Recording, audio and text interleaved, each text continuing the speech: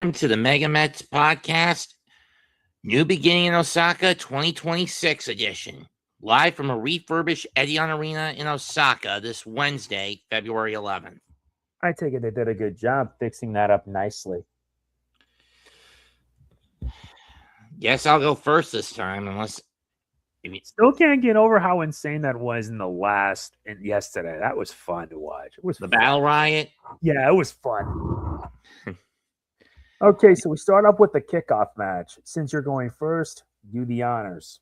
Very well. Togi Makabe and Toru Yano take on Shomikado and Katsuya Morishima. So essentially, you have most violent players taking on basically this year's Young Lions Cup 2026 finalists.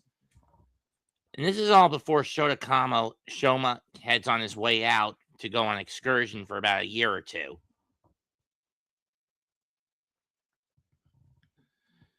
No brainer. Makabe and Yano get the W here. Yeah, they may as well get the W, at least at this one.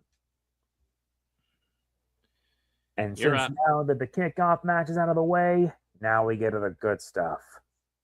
First match, we have, with a 30-minute time limit, UnBound Company, Hiromu Takahashi and Taiji Ishimori versus the United Empire, Francesco Akira and Jakob Austin Young. For those who don't know what the hell this UnBound Company thing is, essentially, Bullet Club is dead. They reorganized themselves and allied with what was left of Los Ingobernables de Japón and formed UnBound Company.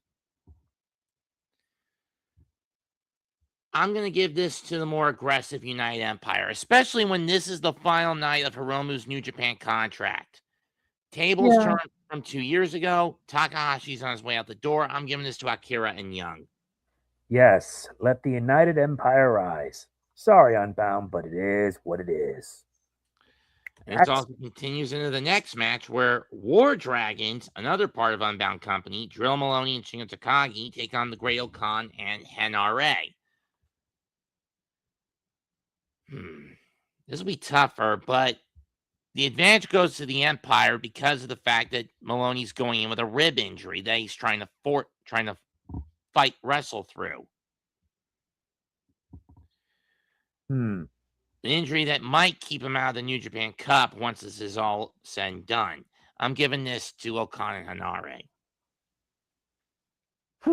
Guess the United Empire is going to dominate on this show, so why not? And now we have ourselves a 6-man tag title match for the Never Openweight 6-man tag team championship. The champions, Bishamon team, Boltin, Oleg, Hirooki, Goto, and YOSHI, HASHI versus TMDK, Ryohei, Oiwa, Hartley Jackson, and Zack Sabre Jr.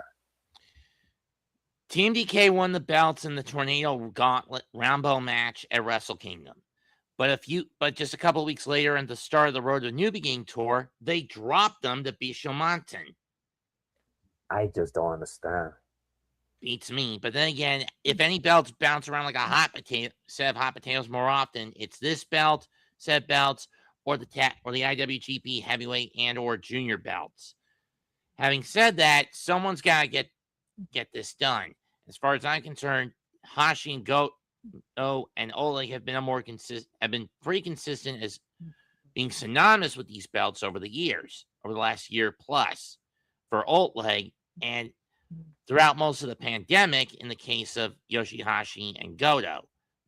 Them along with Tomohiro Ishii had the longest individual never open 6-man reign at over 400 days with 9 defenses before the House of Torture took the belts off them at Power Struggle 2021. I'm going to give this to Bishamon. I will have Bishamon retain as well. Looks like TMDK ain't going to get their opportunity this time.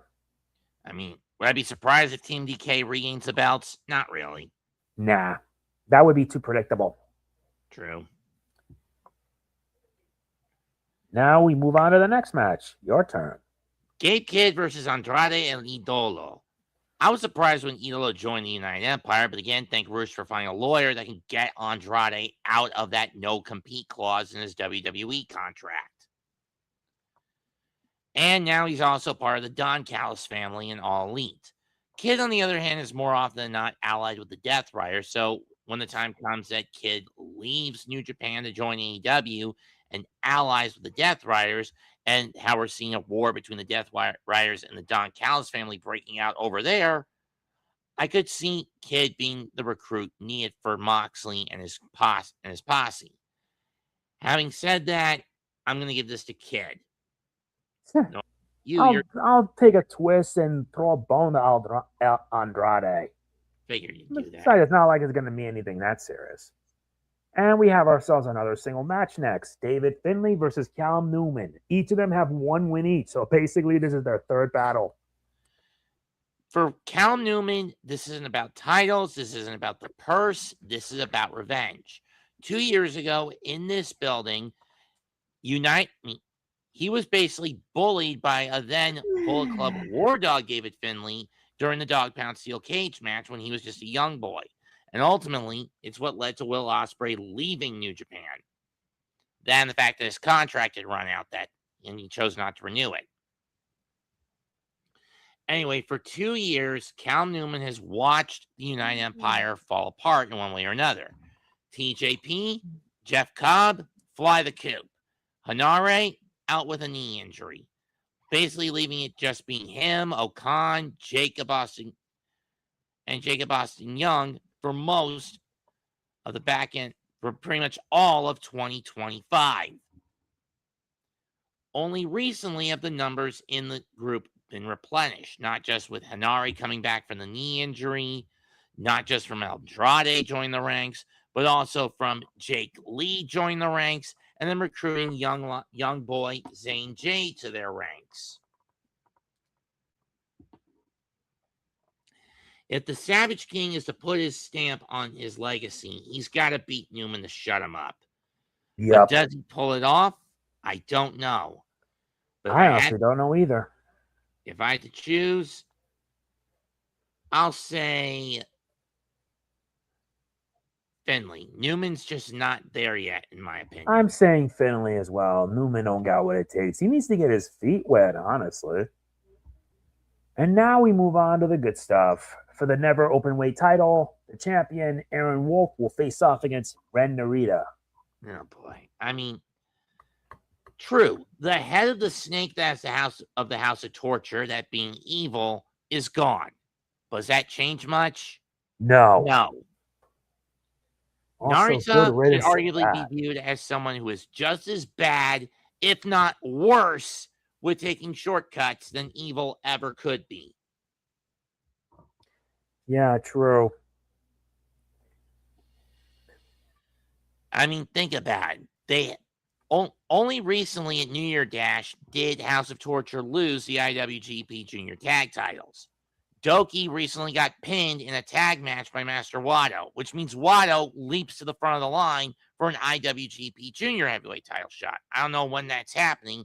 At the soonest, I give that to the 54th anniversary event. At the latest, I give it to Sakura Genesis in April to sort that out. I'm just going to say to have Aaron Wolf retain, and then it will lead to that. I have to go opposite. I'm giving this to Narita. It's a new era, new/old era for House of Torture. Let's see how he does being handed the keys to the house. Well, all right then. Now we're reaching the semi-main. For the IWGP Heavyweight Tag titles, Yuto, Ice, and Oscar, Knockout Brothers, defend against Shota Umino and Yuya Uemura.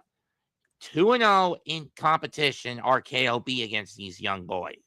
And now we're in battle. We're now in the third battle. This might be a 3 strikes and you're out situation.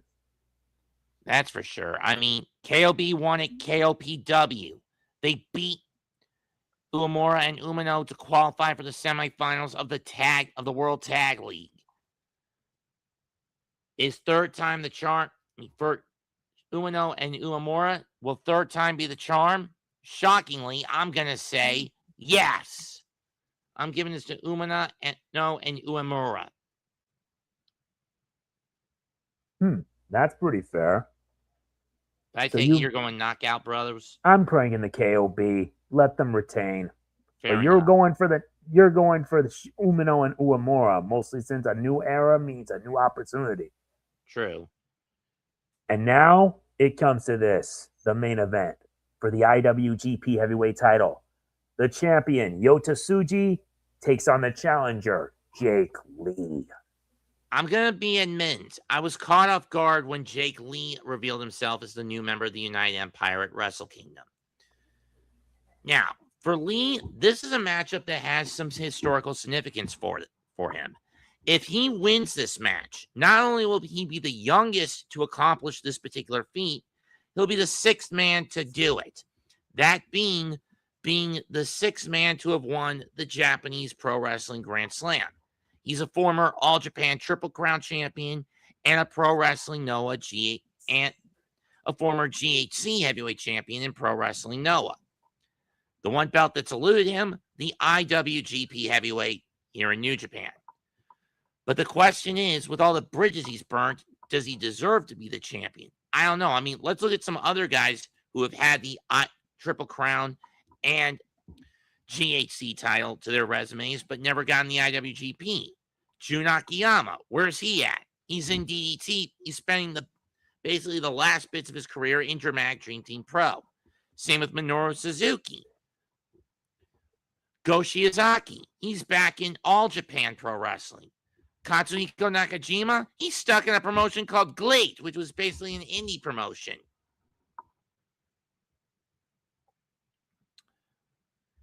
But if Lee pulls this off, he joins the likes of Kensuke Sasaki, Yoshihiro Takayama, Yuji Nagata, Keiji Muto, and Satoshi Kojima, if he pulls it off.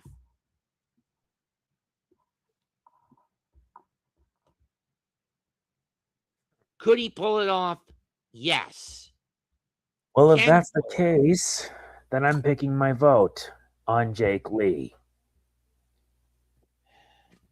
Heads Tsuji, tails Lee. Bring the coin. Flip.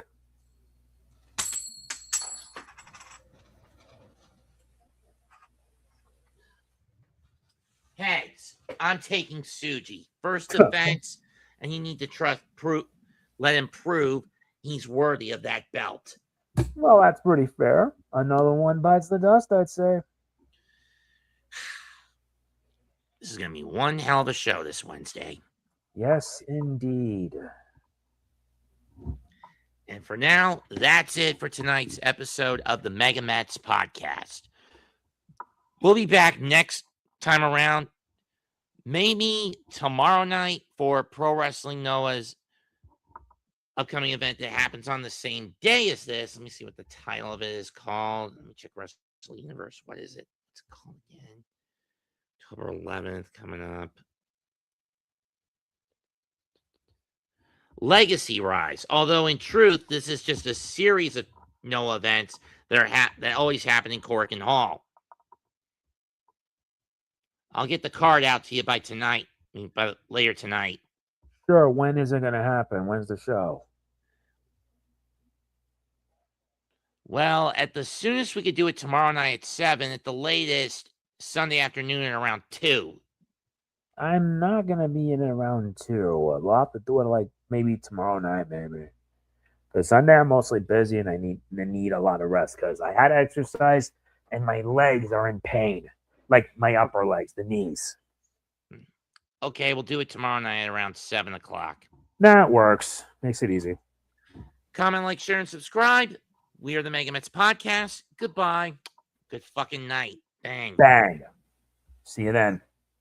Later.